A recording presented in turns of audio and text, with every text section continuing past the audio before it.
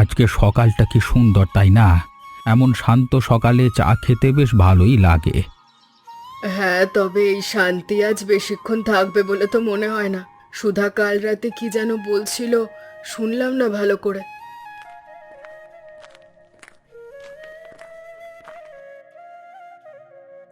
মা বাবা, একটা খবর আছে। কাল সকালে তাপসের বাবা মা প্রথমবার আমাদের বাড়িতে বেড়াতে আসছেন। এ তো দারুণ খবর মা। তবে তোর মুখে এত উত্তেজনা কেন? শুধু এই কথা বলতেই দৌড়ে এলি? আর একটাও কথা আছে বাবা। তাপস বলছিল তার বাবা মা বিশেষভাবে জানতে চেয়েছেন আমাদের বিলের তাজা চিংড়ি রান্না দিয়ে খাওয়ার কথা। কেউ নাকি তাদের বলেছে এখানকার চিংড়ির স্বাদ অতুলনীয়। তাজা চিংড়ি? এখন হাতে তো একদমই সময় নেই। কাল সকালেই তো ওরা চলে আসবেন। চিন্তা করো না, আজই আমরা পোলো নিয়ে বিলে যাব। এ বাড়ির ঐতিহ্য তো এটাই, নিজের হাতে পোলো চেপে চিংড়ি ধরে অতিথি আপ্যায়ন করা। সত্যি বাবা? তাহলে তো দারুণ হবে। তাপসও তো কখনো পলো দিয়ে চিংড়ি ধরা দেখেনি। ওকেও নিয়ে যাওয়া যাক না আজ। নিশ্চয়ই যাবে, বরং ওকে শিখিয়ে দেব কিভাবে অল্প পানিতে পোলো চেপে হাত দিয়ে চিংড়ি ধরতে হয়। যা, বিনোদকে ডেকে নিয়ে আয়, আজকে আমরা সবাই মিলেই যাব। কিন্তু একটা কথা, এত অল্প সময় সব প্রস্তুতি সারা যাবে তো? রান্নার জোগাড়, বাড়ির পরিষ্কার সব একসাথে করতে হবে কিন্তু। চিন্তা করো না, সবাই মিলে কাজ ভাগ করে নিলে ঠিক হয়ে যাবে। তুমি আর পূর্ণিমা রান্নার দিকটা দেখো, আমরা পুরুষেরা পোলো আর বিলের কাজটা সামলাচ্ছি। তাহলে আমিও তোমাদের সাথে বিলে যাব বাবা। অনেক দিন যাওয়া হয় না। নিশ্চয়ই যাবি মা, যা। এবার সবাইকে খবরটা দিয়ে দে, আর তৈরি হয়ে নে তাড়াতাড়ি। কাকা, এটা তো দেখতে বেশ অদ্ভুত জিনিস, একদম শঙ্কুর মতো। এটা দিয়ে ঠিক কিভাবে চিংড়ি ধরা হয়? এটাকে বলে পোলো বাবা।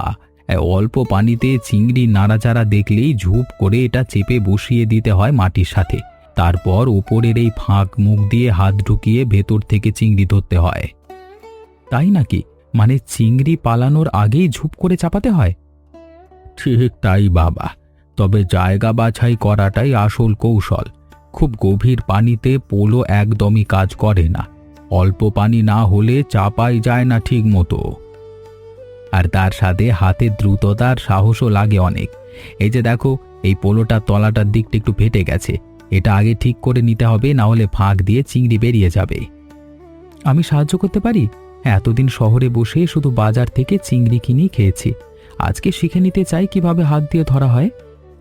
অবশ্যই, ধরো এই বাঁশের ফালিটা, আমি দেখিয়ে দিচ্ছি কিভাবে ফাটা জায়গায় বাঁধতে হয়। এই তো, ভালো ছাত্র পেয়েছি দেখছি। তাপস, দেখে নিও বিকেলের মধ্যে তুমিও একজন পাকা পলো বিশেষজ্ঞ হয়ে যাবে। সেটাই তো চাই কাকা, কালকে সবাইকে বলতে পারবো আমিও নিজের হাতে চিংড়ি ধরেছি।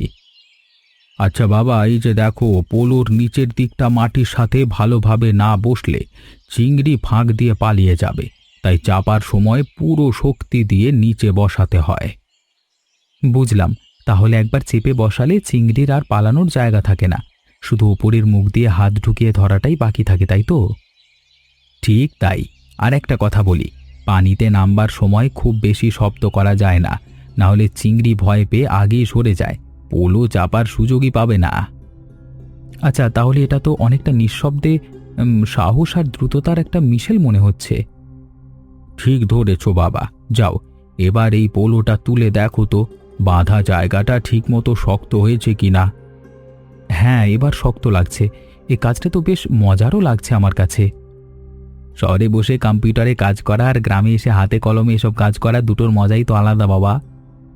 সত্যি কাকা, শহরে সবকিছু বোতাম টিপি হয়ে যায়, কিন্তু এখানে নিজের হাতে কিছু তৈরি করবার আনন্দটাই আলাদা। রেবো দিদি, কতক্ষণের জন্য যাচ্ছি বলো তো? সেই অনুযায়ী খাবার নিতে হবে। বেলা গড়িয়ে বিকেল পর্যন্ত ভালো লাগতে পারে, তাই একটু বেশি নিয়ে নি। পথে খিদে পেলে কাজে লাগবে।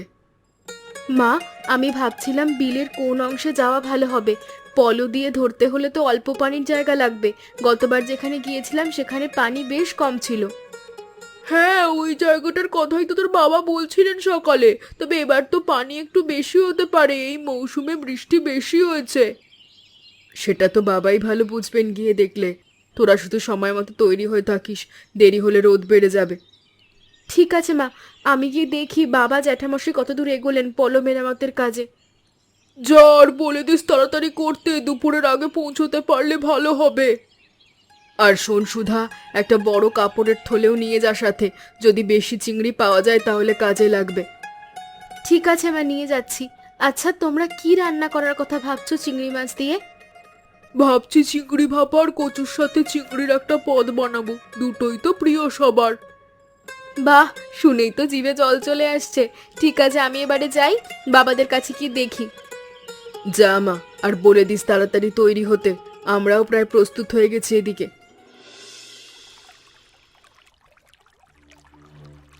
এ কি, আমাদের পুরনো সেই জায়গাটা তো দূর থেকেই দেখছি পানি অনেক গভীর হয়ে গেছে।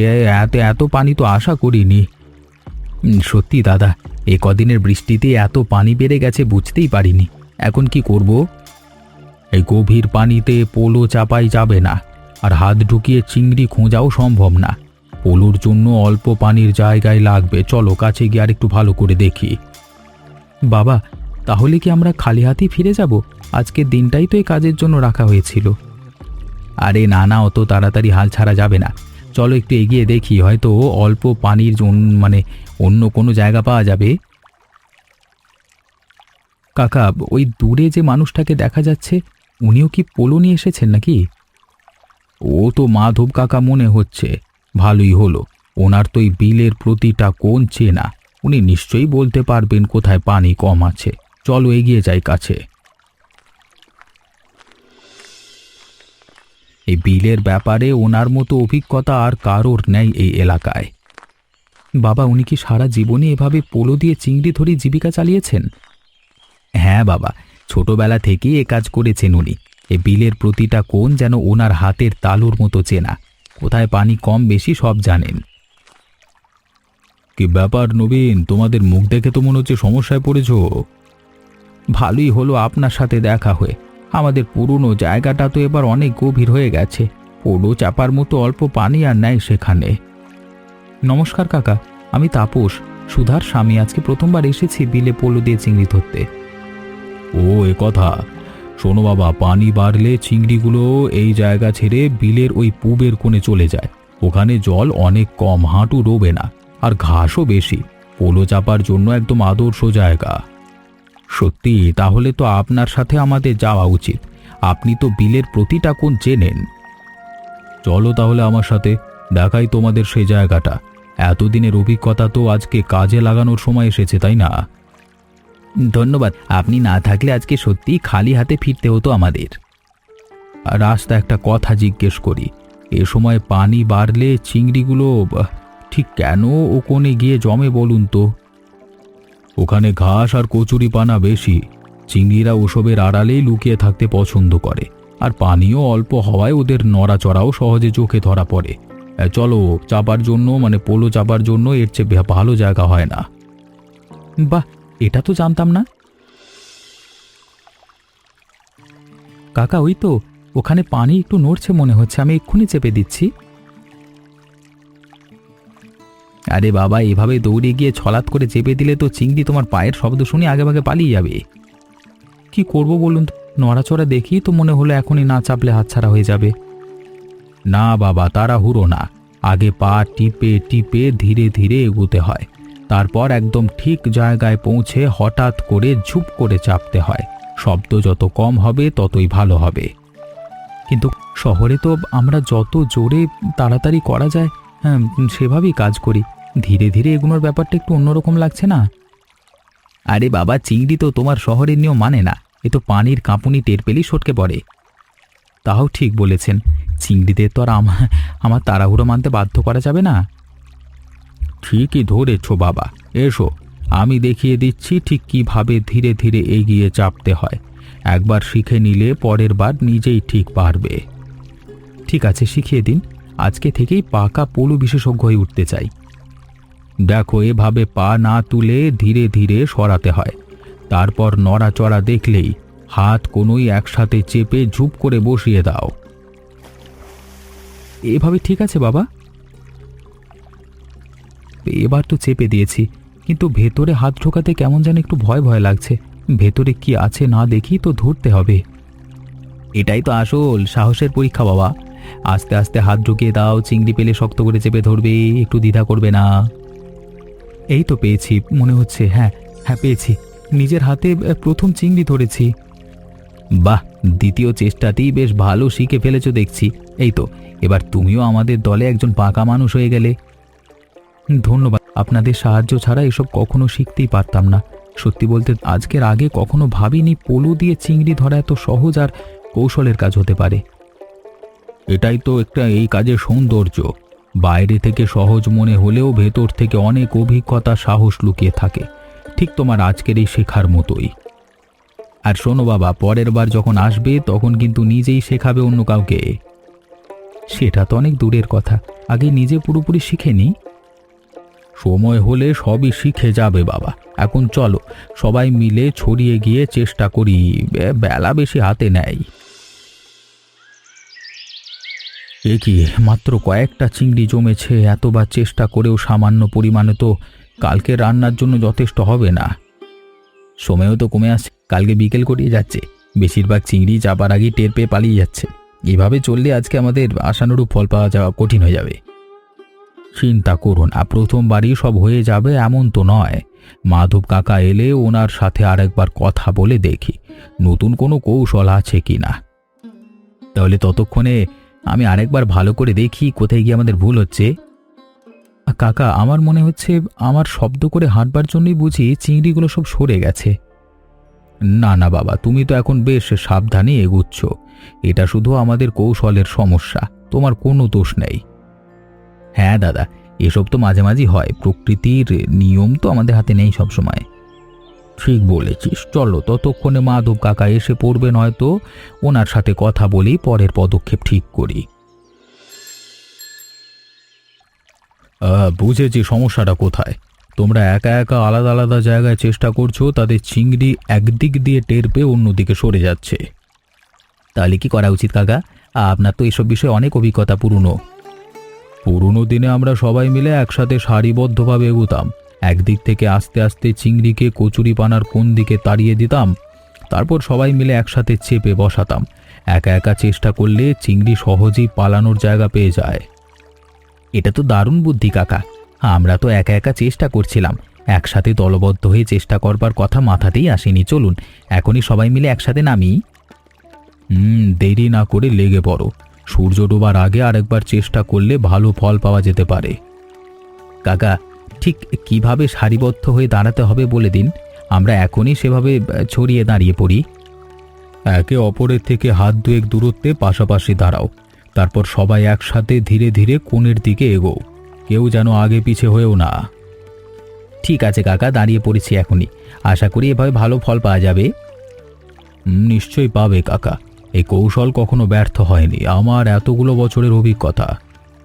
আপনি যদি না থাকতেন তাহলে হয়তো আজকে আমরা খালি হাতেই বাড়ি ফিরতাম। আপনার এই সাহায্যের কথা সবাইকে বলবো বাড়ি গিয়ে। সেসব পরে হবে, আগে সারিবদ্ধ হয়ে নামো, সূর্য তো দ্রুতই ডুবে যাবে। তাহলে আমি এই মাথায় দাঁড়াই, বিনোদ আর তাপস মাঝে থাকুক, আপনিও প্রান্তে থাকুন। আরে বাহ, এ তো অনেক চিংড়ি ধরা পড়েছে। কার দলবদ্ধ কৌশলটা ঠিক কাজ করেছে। বাবা দেখুন, আমার হাতে অনেকগুলো, আজকে তো আমাদের প্রত্যাশার চেয়েও বেশি পাওয়া যাচ্ছে। কিন্তু একটা সমস্যা হয়ে গেল, এত চিংড়ি বহন করবার মতো পাত্র তো আমরা সাথে আনিনি। যা এনেছি তাতেও তো অর্ধেক ধরবে না। তাহলে এখন কি করি? এত কষ্টে পাওয়া চিংড়ি ফেলে রাখাও তো ঠিক হবে না। দাঁড়াও দাঁড়াও, মাথা ঠান্ডা রাখি, নিশ্চয়ই কোনো না কোনো উপায় বের হবে। এত ভালো একটা মুহূর্তে আর হতাশ হওয়ার তো কিছু নেই। সুধা আর পূর্ণিমা মাসিকে ডাকি বাবা, ওরা তো কাছেই ছিলেন, হয়তো ওদের কাছে কোনো বুদ্ধি বের হবে। ভালো বলেছ, ডেকে নাও ওদের। সুধা, পূর্ণিমা মাসি, একটু এদিকে আসুন তো, একটা ভালো সমস্যায় পড়েছি আমরা। বাবা, কি হয়েছে? এত চিন্তিত কেন সবাই? দেখো মা, এত চিংড়ি ধরা পড়েছে যে আমাদের সাথের পাত্র যথেষ্ট না। এখন কিভাবে সব নিয়ে যাব বুঝতে পারছি না। আচ্ছা, আমরা যে কাপড়ের থলেগুলো খাবারের জন্য এনেছিলাম সেগুলো খালি হয়ে গেছে তো এতক্ষণে। ওগুলো দিয়ে অস্থায়ী থলে বানিয়ে ফেলা যায় না? দারুণ চলো আমরা দুজনে মিলে এক্ষুনি বানিয়ে ফেলি। আর আমার কাছে একটা বাড়তি ঝুড়ি আছে, বাড়িতে চাইলে এনে দিতে পারি, দূরে না বেশি আমার বাড়ি। আর তাহলে তো আর কোনো সমস্যা থাকবে না। আপনার এই সাহায্য আমরা কখনো ভুলবো না। ধন্যবাদের কিছু নেই, প্রতিবেশী মানেই তো এই পারস্পরিক সহযোগিতা। এটাই তো আমাদের এই গ্রামের আসল নীতি। আমি এক্ষুনি নিয়ে আসছি ঝুড়িটা। আমরা ততক্ষণে থলে বানিয়ে ফেলি, চলো। দুটো একসাথে হলে নিশ্চয়ই সব চিংড়ি ধরা যাবে। দেখো তো সুধা, এভাবে বাঁধলে মজবুত হবে কিনা। হ্যাঁ মা, বেশ ভালোই লাগছে। চলো তাড়াতাড়ি শেষ করে ফেলি, কাকা তো এতক্ষণে ঝুড়ি নিয়ে ফিরেও আসতে পারেন। এই নাও বাবা, এই ঝুড়িটা নিয়ে যাও, এতে বাকি চিংড়িগুলো সহজেই ধরা যাবে। আপনি একদম সঠিক সময়ে ফিরে এলেন। এই ঝুড়ি না হলে সত্যিই সমস্যায় পড়ে যেতাম আমরা। দাদা, এবারেরটাও বেশ ভালো, আজকের দিনটা তো একেবারে সফল হয়ে গেল শেষমেশ। সত্যি, সকালের সেই হতাশা দেখে এখন আর চিংড়ি দেখে বিশ্বাসই হচ্ছে না। মাধবকা না থাকলে এটা সম্ভব হতো না। তোমাদের পরিশ্রম আর সাহসী আসল কারণ বাবা। আমি শুধু পুরনো একটা কৌশল শিখিয়ে দিয়েছি ব্যাস। আপনি ছাড়া আজকে আমরা কিছু করতে পারতাম না। এই চিংড়ি থেকে কিছুটা আপনাকেও নিয়ে যেতে হবে, এটা আমাদের ছোট্ট কৃতজ্ঞতা। না না, এত কিছু করবার দরকার নেই, তবে তোমরা যখন জোর করছো তখন সামান্য কিছু নিয়ে যাব। আজকের দিনটা সত্যি দারুণ ছিল। আমি নিজের হাতে পোলো চেপে চিংড়ি ধরেছি, ভাবতেই ভালো লাগছে। তোমার মতো নতুন মানুষ যখন এ কাজে হাত লাগায় তখন দেখতে সত্যি ভালো লাগে। এই ঐতিহ্যটা তো এভাবেই টিকে থাকে। ঠিক বলেছেন। চলো এবার বাড়ি ফেরবার সময় হয়ে গেছে। রেবতী নিশ্চয়ই অপেক্ষা করছে আমাদের জন্য। চলো, আজকের এই সাফল্যের গল্প বাড়ি গিয়ে সবাইকে বলতে হবে।